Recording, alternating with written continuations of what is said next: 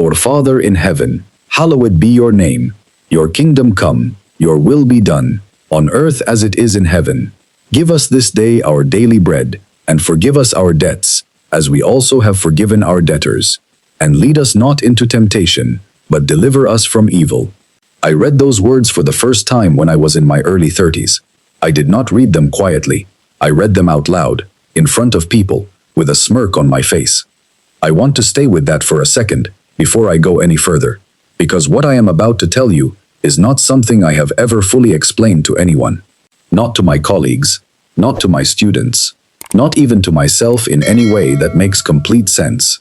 And if you are the kind of person who needs everything to have a clean ending before you decide whether to keep listening, I will be honest with you, this story does not have one. What it has is something stranger than a clean ending. What it has is a man who spent years being completely certain about things, and then spent one night finding out how little that certainty was actually protecting him. So if you can stay with me, I would ask you to stay. Because what happened after I first read those words, the way I read them, is still something I struggle to put in the right order. My name is Rashid Mahmoud. I am 46 years old, and I have lived in Brisbane for most of my adult life. I am an imam. I teach Islamic studies.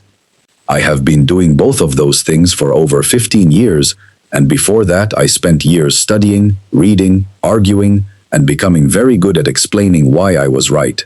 That last part is the part that matters most for this story. I grew up knowing what I believed, not because anyone handed it to me in a neat package and told me not to open it. I believed because I had read enough, studied enough, and tested enough to feel like my faith was something I had built, rather than something I had simply inherited.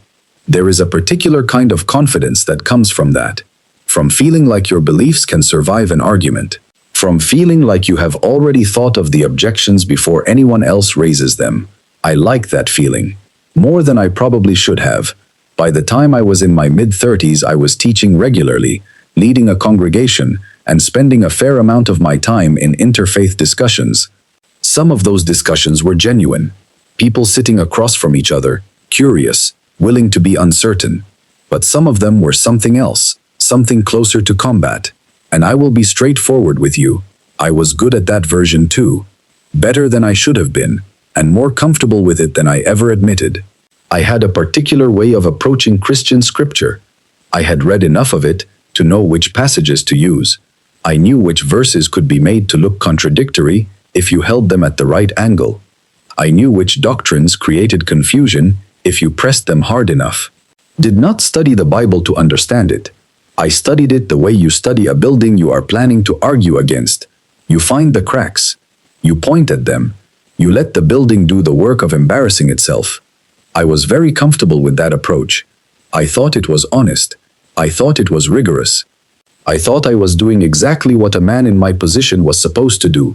The Lord's Prayer was one of my favorite targets. I had heard Christians recite it many times, in community gatherings, in public discussions, in media clips. And every time I heard it, what I noticed was not what it said. What I noticed was how automatic it sounded.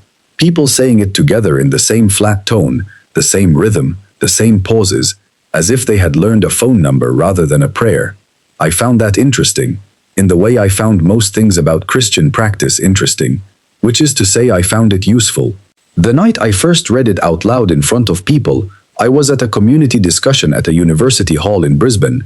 It was one of those evenings where 4 or 5 speakers from different backgrounds were each given time to speak, and then there was a panel discussion, and then questions from the floor. I had spoken at a dozen of these. I knew how they worked. I knew how to hold a room. There were maybe 80 people in the chairs that evening, mostly students, a few community members. The lighting was that flat overhead kind that makes everyone look slightly tired. I had a cup of water on the table in front of me that had been there long enough to be room temperature. I remember that detail because I kept turning it in my hand while other people were speaking, not listening as carefully as I should have been, already thinking about what I was going to say. When it was my turn, I stood up. I was wearing a dark gray thobe, and I had my notes in front of me, but I barely looked at them. I knew what I wanted to do. I had done versions of it before, and it had landed well. That was the problem, in a way. It had landed too well, too many times, and I had stopped questioning whether landing well was the same thing as being right. Started by talking about the nature of prayer, what it is for, what it is supposed to do, who it is supposed to change. That part was reasonable, thoughtful even. The room was with me. I could feel it the way you can always feel a room when it is paying attention. Then I shifted. I picked up a printed copy of the Lord's Prayer that I had prepared specifically for this moment, and I read it out loud. Not slowly.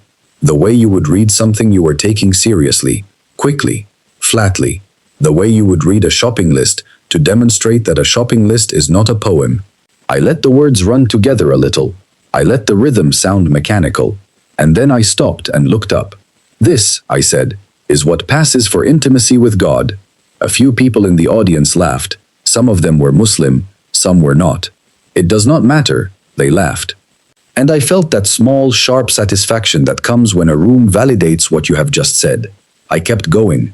I pointed at specific phrases. Give us this day our daily bread. I asked what it meant for a being that was supposedly all-knowing and all-providing to need to be reminded about bread. Lead us not into temptation. I asked why an all-powerful God would be guiding anyone toward temptation in the first place, such that the prayer needed to ask him not to. Deliver us from evil. I said it sounded more like a request to a security guard than a conversation between a person and their creator. The Christians on the panel were quiet. One of them, a man about 10 years older than me, with close-cropped gray hair and a patient expression, just watched me without reacting. That bothered me slightly, though I did not show it. I preferred when people reacted. A reaction meant I had hit something real. His stillness made me feel like I had missed something, but I buried that feeling quickly and kept talking. By the time I sat down, I felt good. Satisfied. The kind of satisfied that comes from performing well and knowing it. The rest of the evening went past me in a blur of other voices and faces, and the gradual emptying of chairs. I shook hands with people who told me they had enjoyed what I said. I smiled and thanked them and meant it. I did not give the Lord's Prayer another thought. The drive home that night was 20 minutes on quiet roads. The city was dark and warm the way Brisbane gets in autumn, and I had the window down and the radio off. I stopped at a petrol station to grab a coffee, because I was still buzzing slightly from the evening, and I knew I would not sleep straight away. The coffee came in a paper cup, and beside the little station where the cup sat, there was a small card, the size of a business card, sitting face up. I do not know how it got there. I assumed someone had left it. I barely glanced at it. I picked up my coffee, I noticed there were words on the card, I registered that they were from the Bible, and I walked away. That was all. I did not think much of it. I did not pick it up. I just walked away and drove home and went to bed. I did not think about the card again for several days. A few days later, I was in a conversation with a teacher I had met through one of the interfaith networks in the city. His name was David. He taught religious studies at a secondary school, and he had a habit of speaking slowly, as if he was always making sure he meant what he said before he finished saying it. I found that maddening. I was a fast thinker. I liked conversations that moved. Talking to David felt like driving behind someone who was checking their mirrors more than they were watching the road. We were talking about prayer again, because it was apparently the week for it, and David said something that I disagreed with immediately. He said that the purpose of prayer was not primarily to change circumstances, it was to change the person praying. I told him that was a comfortable idea for a faith that had not produced particularly clear results.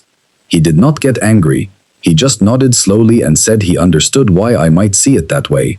That made me feel slightly ridiculous for saying what I had said, which made me say something sharper next. That is how it worked with David.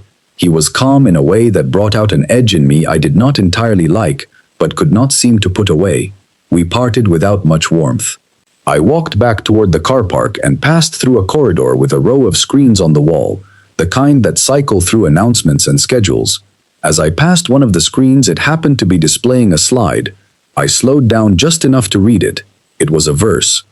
I remember the words were about the condition of a person's heart being what made their words mean anything at all, about speaking truth from a place that was actually clean rather than just a place that sounded certain. I stopped walking for about 2 seconds. I connected it to what David had said. Then I told myself it was a coincidence, turned around, and kept walking. That is what I told myself. Coincidence. A screen cycling through content. Someone somewhere had put that verse on a slide for some completely unrelated reason. It had nothing to do with me. Nothing to do with the conversation I had just had. Nothing to do with anything. I believed that. I made myself believe it. About a week after that, I was in a meeting with a small group of community members. We were talking about an outreach event, the logistics of it, who would be responsible for what. It should have been a simple conversation. But one of the people in the room kept bringing up a local Christian organization that had been doing similar work in the same area, and every time she mentioned them, there was a tone in her voice that was, I thought, more generous than the situation required. I said so. Not gently. I said that we did not need to keep referencing what the Christians were doing as if it were a benchmark we should be measuring ourselves against, that our work did not need their endorsement, and that frankly the organization she was describing had a history of framing charity as a form of conversion, and perhaps the generosity was worth examining. It was a harder thing to say than it needed to be. The woman who had spoken fell quiet. A couple of other people in the room shifted in their chairs. The meeting continued, but something had changed in the temperature of it, and I felt that I had made my point clearly and efficiently, which was what I always felt after saying something like that, whether or not the point needed making in the way I had made it. I left the building afterward and walked through the car park to my car.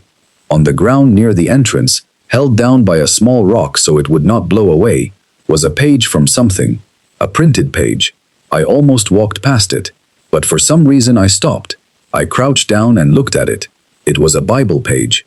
I could tell from the format, the two-column layout, the way the verse numbers sat inside the text, and there on that page, in the middle of the column on the right-hand side, was a passage about the way a person uses words to cut rather than to heal, and about how the sharpness of what we say reveals something true about the place we are saying it from.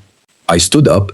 I looked around the car park. There was nobody nearby who looked like they had dropped anything. There was no reason for that page to be there, no reason for it to be the page it was, no reason for the small rock to be holding it exactly where I would walk. I stood there for longer than I would like to admit. Then I got in my car. I did not say it was a coincidence this time. I said nothing at all. I just drove. After that third time, something changed in how I was moving through my days. I started noticing, in the back of my mind, a low and quiet awareness I could not name. Not fear exactly.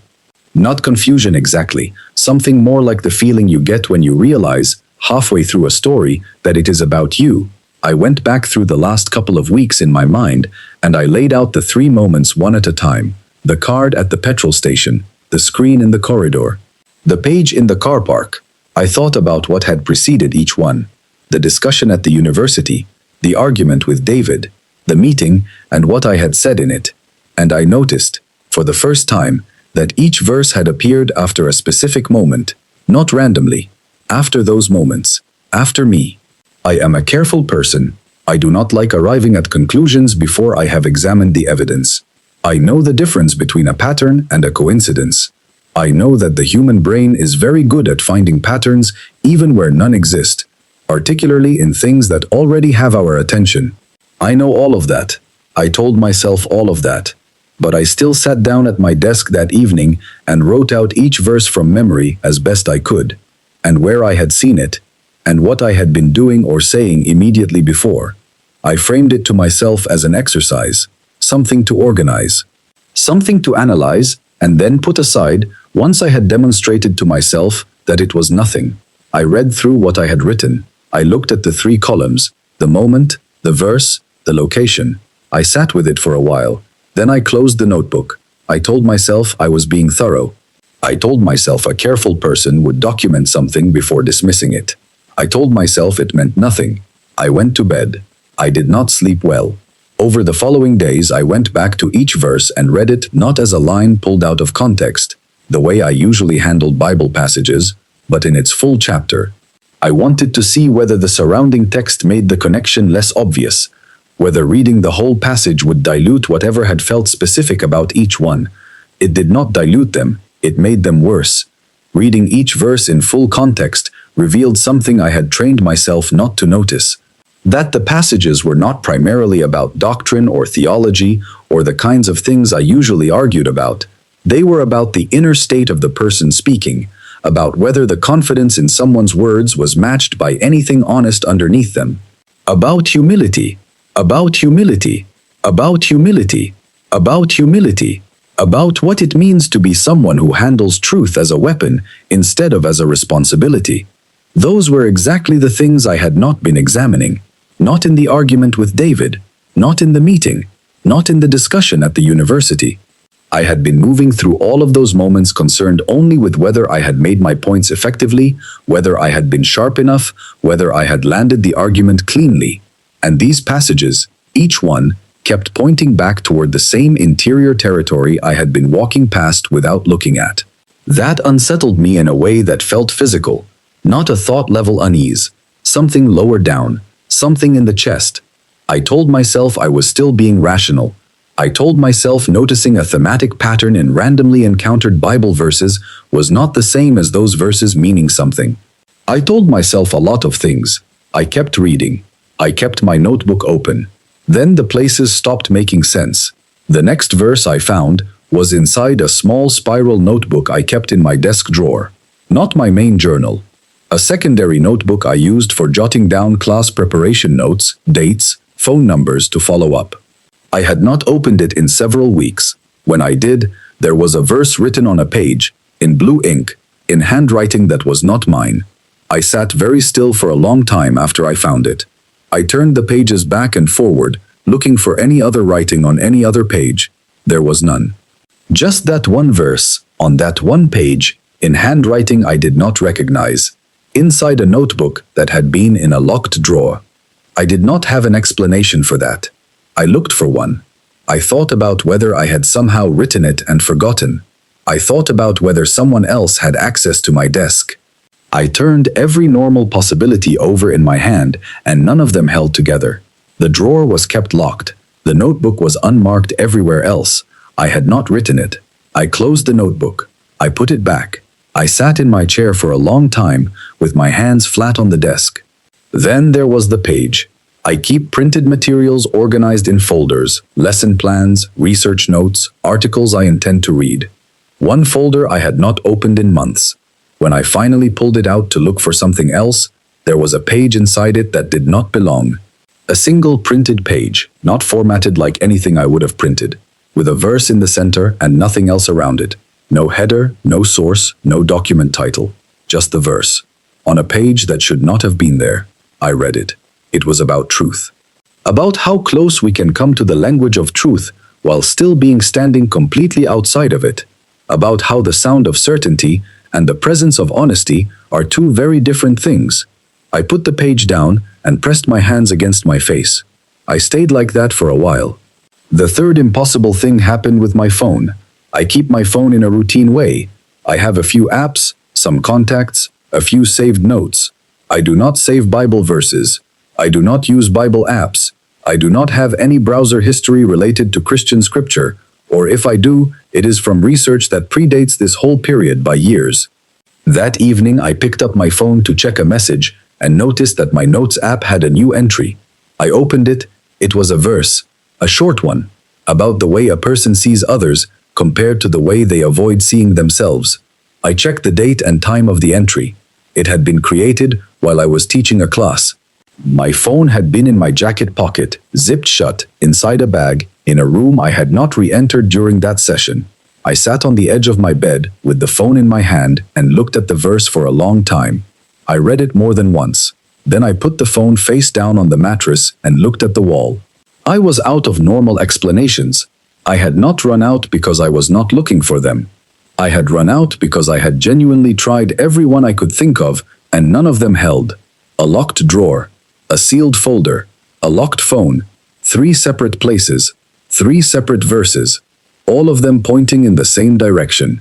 Something was happening to me. I did not know what to call it. I did not call it anything. I just kept the notebook. The verse that broke me was one I found while studying alone in my office on a Tuesday evening. I was not looking for anything unusual. I was reading through a commentary for a class I was preparing, and in the margin of one of the printed articles, which I had photocopied months before and read twice already, there were handwritten words I had never seen there, a short passage from the book of Matthew. Not from the Lord's Prayer, though that would come later, something adjacent to it. Something about the state of a person who gives to others publicly, who prays out loud where everyone can hear them, who fasts and makes sure people know it, and about how all of that public expression can function as a substitute for something interior that is actually missing. I read it once. I set the paper down. I picked it up and read it again. Then a third time. I sat there and tried to do what I always did with uncomfortable things. I tried to make it general. I tried to find the edge of the passage where it stopped applying to me specifically and became a universal principle about all kinds of people. I tried to locate myself outside of its reach. I could not do it. Every time I tried to push the words away from my own life, they came back. Not to some general version of a man who argues in public for the wrong reasons. Back to me. Back to the university hall and the way I had made people laugh. Back to David's patient face and the sharpness I had responded to his patience with. Back to the woman in the meeting who had gone quiet when I said what I said. I sat in that office for a long time. I had not turned on the main overhead light. The desk lamp was on, and the rest of the room was dim. Outside, Brisbane was doing what Brisbane does at night, warm and still and indifferent. The sounds of the suburb coming in faintly through the window I had left open. A dog somewhere, a car passing, the hum of something electrical in the wall. I looked at the verse again. I tried one more time to make it mean something else, something smaller, something that let me stand outside of it and examine it instead of feeling it examine me. I could not. I put the paper down. I did not pray. I did not know what I would have been praying toward. I just sat in the chair in the half-dark with the verse on the desk in front of me and the window open and the sounds of the suburb coming in, and I said nothing, and I thought nothing in particular, and I waited without knowing what I was waiting for. That is when the room changed. It is hard to describe. Not the lighting. The light did not change. Not a sound. It was not a sound. It was more like the quality of the air shifted. The background noise outside, the dog, the car hum, the electrical whir, did not stop, but they fell back, somehow, as if distance had been added between me and everything that was not in this room. As if the room had become more itself, more present, more full of something that had no name. I did not move. I am a person who explains things. It is what I do. It is how I am built. When something happens, I locate it in a category, and I know what to do with it. Sitting in that chair with whatever this was filling the air around me, I had no category. I had nothing to put it in. Still, that is the word. The room was still in a way I had never felt a room be still. Not quiet. Still. Like everything was waiting. My hands were on the desk. I noticed them there as if I were noticing something far away. I noticed that my breathing had slowed down without me telling it to. I noticed that I was not reaching for anything, not the paper, not my phone, not a thought. I was just in the chair, and the stillness was there, and that was all. Then there was a voice. I will not tell you it was loud. It was not. I will not tell you it came from a specific place in the room. It did not. Or if it did, I could not locate the place. It was more like the stillness spoke, like the presence that had been gathering used words. It did not say many of them. It said, you knew those words. I knew what words. The Lord's Prayer. The words I had stood up in that university hall and read out flat and fast to make a room of people laugh. Those words. I knew them. I had known them before I read them that evening. I had studied them specifically so I could take them apart. You knew those words. Then, without any gap that I could measure, they knew you. I sat with that for a moment I cannot put a length on. It could have been a second. It could have been 5 minutes. Time was not behaving the way time usually behaves. They knew you. Something happened in my chest. Not pain. Not quite. But something that felt like a wall that had been doing its job very well for a very long time, suddenly being asked to stop. Like something held together by pressure, being released from that pressure. Not breaking apart. Something more like settling. The way a building settles after the tension goes out of it. I did not speak. I am not sure I could have. The voice did not explain. It did not give a sermon. It did not tell me what I should believe, or what I had done wrong, or what I needed to do next. It said one more thing. It said, "I have seen you." Not as an accusation, not as a threat, as a fact. The simplest possible statement of something that had been true for longer than I had known it was true. I have seen you. The you who stood up in the room and made the prayer sound ridiculous. The you who answered David's patience with sharpness. The you who said the thing in the meeting that made the woman go quiet. The you who kept a notebook of passages that were useful in arguments. The you who had spent years wearing the language of faith like a coat he had never once taken off to check what was underneath. I have seen you. I did not break down in the way you might picture it. I did not weep openly or fall to the floor or put my head in my hands with great heaving sobs. That is not how I do things. That has never been how I do things. What happened was quieter than that, and in some ways harder to describe because of how quiet it was. My eyes filled. I did not blink them clear. I let them fill. I sat in the chair and looked at the verse on the desk, and my eyes were full of something I had not let out in a very long time, and I sat there with it. That was all. Just sat there with it. The presence did not stay and comfort me. It did not reassure me. It was not unkind in leaving, if leaving is even the right word for what happened. The stillness gradually became normal stillness again. The dog came back.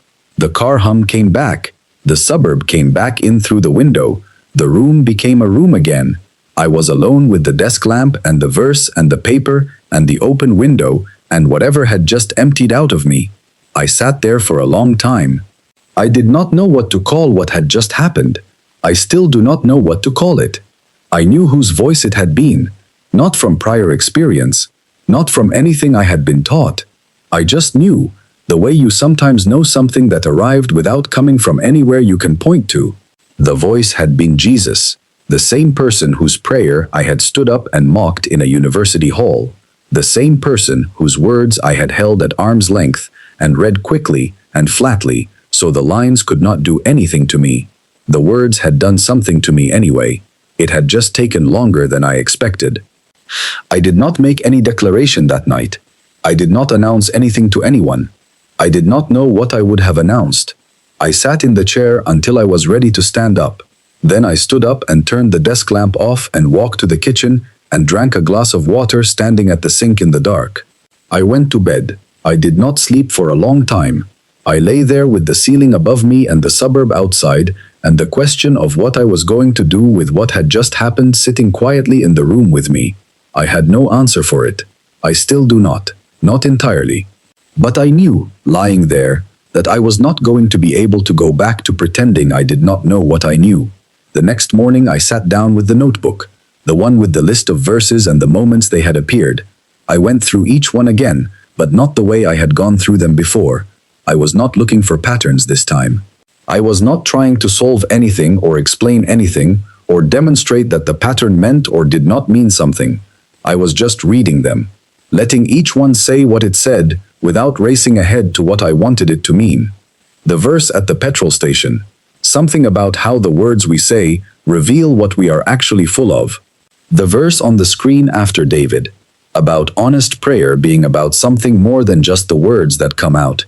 The verse from the car park page, about the difference between sharp speech and honest speech, and what the sharpness is usually protecting. The verse from the locked notebook, the sealed folder, the phone. Each one. I read them each slowly.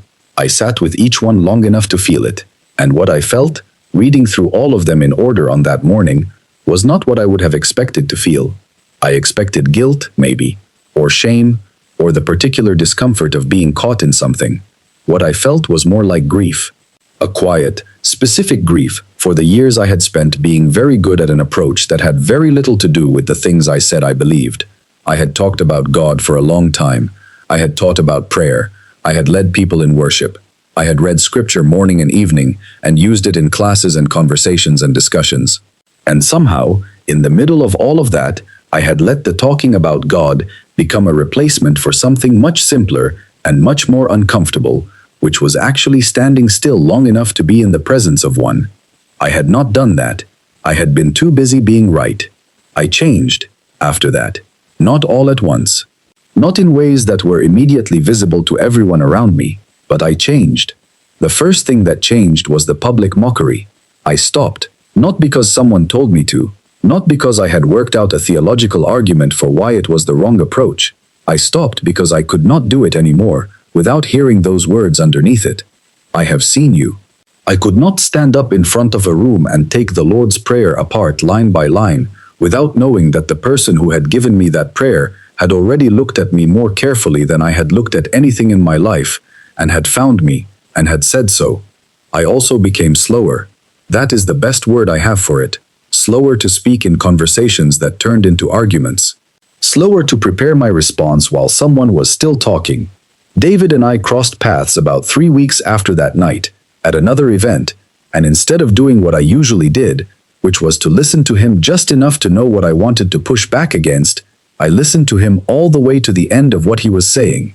He noticed. I could tell by the way he looked at me after, not suspicious, more like a man who has been used to a particular kind of weather and has stepped outside to find it has changed. After the event, I found him near the exit, and I said something I had never said to him before. I said that I had spent the time I had known him arguing with a version of his faith that I had built myself, and that I did not think it had much to do with what he actually believed, and that I was sorry for that. He stood there very still for a moment, in that way he had, making sure he meant what he said before he said it. Then he said he appreciated that more than he knew how to express right then. We did not become close friends overnight. That is not how it works. But something between us changed. The temperature of it. The way we occupied the same room. I also started a new section in the notebook. Not for verses that helped me win arguments. For verses that challenged me. Passages that said something I did not immediately like or agree with or feel comfortable around. I had spent years reading scripture to arm myself.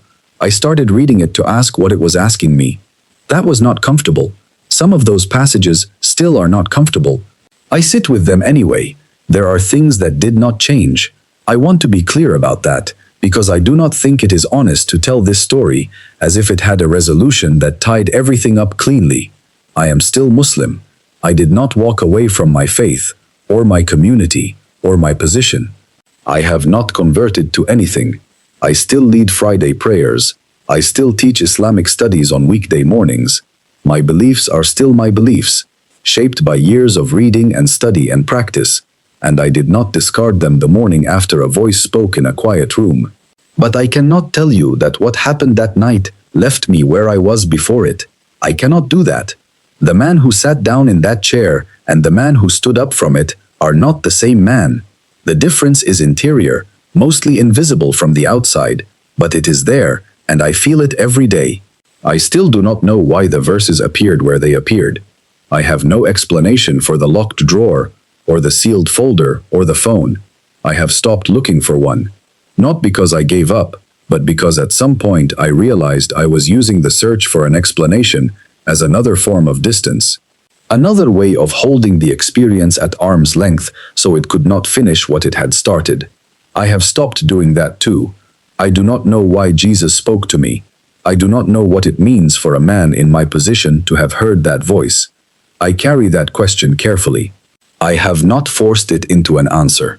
I do not pretend I understand what happened more than I do, and I do not pretend I understand it less than I do, because both of those things would be dishonest. What I know is what I know. The room went still. A voice spoke. It said I had been seen. And after that, I could not go back to treating the words I had mocked as something beneath me. I want to read those words to you one more time. The same words I read out loud in a university hall to make a room of people laugh. Our Father in heaven, hallowed be your name. Your kingdom come, your will be done, on earth as it is in heaven. Give us this day our daily bread, and forgive us our debts, as we also have forgiven our debtors, and lead us not into temptation, but deliver us from evil. The words are the same. I am not the same. The last time I read them, standing in that room full of faces, I thought I was judging them. I thought I had looked at these words and found them wanting. I thought I was the one doing the examining. I was not. I know that now. Every verse that appeared after every argument, every impossible page and locked drawer and phone entry, Every quiet step in that strange accumulation of weeks, it was not a puzzle. It was not a coincidence. It was something looking back at me, something that had been looking at me the whole time. I did the mocking. The words did the work. I have been sitting with that for a while now. It is not a comfortable thing to sit with. But I think uncomfortable is the right place to start, for a man who spent a long time being far too comfortable. Before I go, there is something I want to ask you, something simple. If you have made it this far with me, you have your own story. You have things you are carrying that you have not said out loud to anyone. Burdens that sit with you quietly in the early morning before the day starts. Things you are hoping someone might be praying about even if you have not found the words to ask. If you want to leave that here, in the comments, I would ask you to do it. Not for performance, not to be seen. Just to put it somewhere outside of yourself. Other people here will read it. Some of them will carry it. That is what comments can sometimes do if we let them. So if there is something on you right now, something you have been carrying alone, leave it. Even a few words. We will hold it with you.